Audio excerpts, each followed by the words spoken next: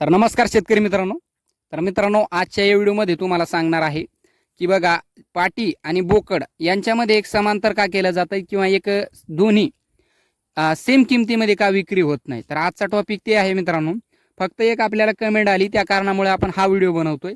तर व्हिडिओ शेवटपर्यंत नक्कीच बघा. सुरुवातीला बघा, आपण एक मागे सुद्धा एक 2-3 दिवसा अगोदर आपण एक व्हिडिओ बनवला की बोकड काय किलोने विक्री केला. तर शेतकरी मित्र आणि एक जे तरुण मित्र आहेत ते आता शेळी पालन करत आहात, तर त्यांची एक जास्तीत जास्त फसवणूक होणार नाही. आणि व्यापारी लोक बघा, जास्तीत जास्त जे शेळी पालन करताय किंवा तरुण मित्र काही बोकड पालन करतात, तर त्यांना एक जास्तीत जास्त एक फसवतात आणि फसवा फसवीचे एक धंदे असतात मित्रांनो. त्या कारणामुळे बघा, शेतकरी मित्रांना एक शेळी पालन किंवा एक बोकड पालन म्हणजे एक परवडत नाही. तर बघा, आजच्या या व्हिडिओमध्ये तुम्हाला संपूर्ण सांगणार आहे की पाटी काय किलोने विक्री केले पाहिजे आणि बोकड काय किलोने विक्री केला पाहिजे. तर संपूर्ण व्हिडिओ शेवटपर्यंत बघा मित्रांनो.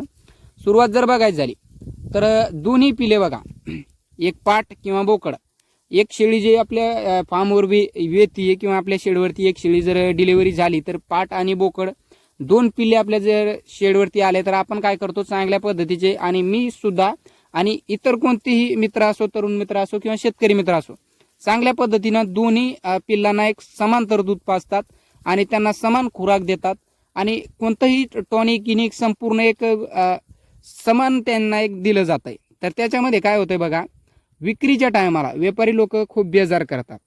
पाट एवढ्याला जाणार नाही, तेवढ्याला जाणार नाही. तर मित्रांनो, आपण तुम्हाला एक बोकडाची सुद्धा किंमत सांगितली मागच्या व्हिडिओमध्ये. त्याच व्हिडिओमध्ये एक वेगवेगळे कमेंट आले की आमच्या भागात बघा 800 रुपये किलो आहे, तर कोणी म्हणतं 700 रुपये किलो. तर असे एक 4-5 आपल्याला कमेंट आली.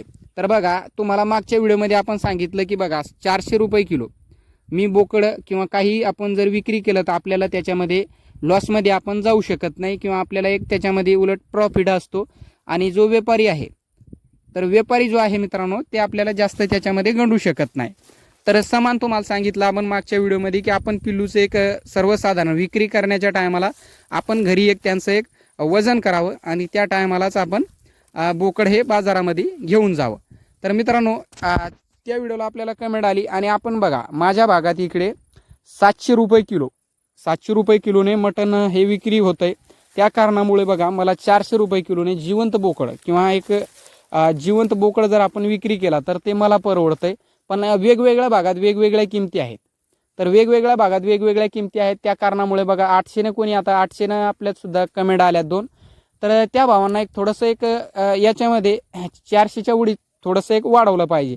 तर त्यांना एक 420 किंवा 425, तर असं जर त्यांनी एक विक्री केली, तर त्यांना एक परवडू शकतंय.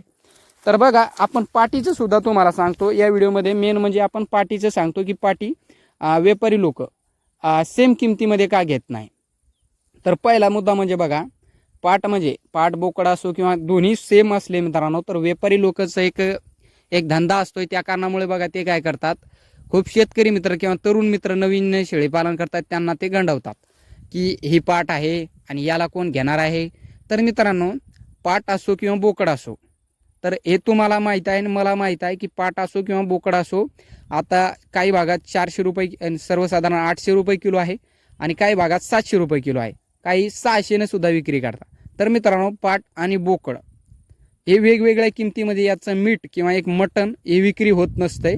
एक दोन्ही समान किमतीमध्ये विक्री होतात. तुम्ही कधीही बघा, त्यानं एक खाटीक लोक असतात, ते एक पाट कापली तर तुम्हाला ते एक किंमत दोन्ही सारखीच असतात.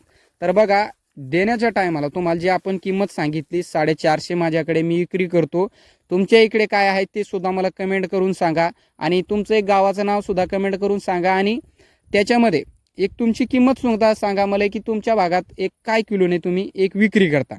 तर मित्रांनो, समान त्या भागात म्हणजे तुम्ही एक, आता मला 700ने एक मटण विक्री करतोय आमच्या इकडे आम्ही होतंय, तर त्या कारणामुळे मला 400ने परवडतंय. तर मित्रांनो, पाट आणि बोकड मी दोन्ही एक 400 रुपये किलोने इकडे माझ्या इकडे एक विक्री करतो. तर तुमच्या इकडे सुद्धा तुम्ही अशा पद्धतीने करा.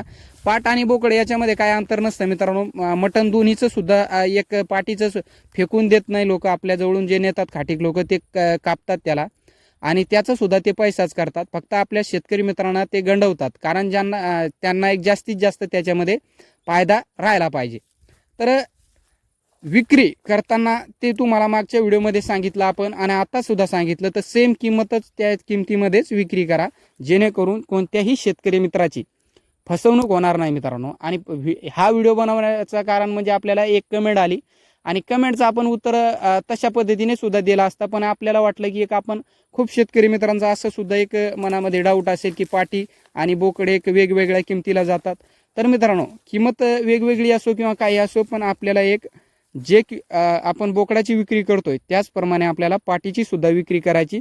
त्याच्यामध्ये आपल्या एक शेतकरी मित्रांची किंवा तरुण मित्राची फसवणूक होत नाही. आणि त्याच्यामध्ये फसवणूक झाली मित्रांनो, तर मग आपल्याला ती शेळीपालन किंवा इतर कोणताही व्यवसाय करायला परवडत नाही.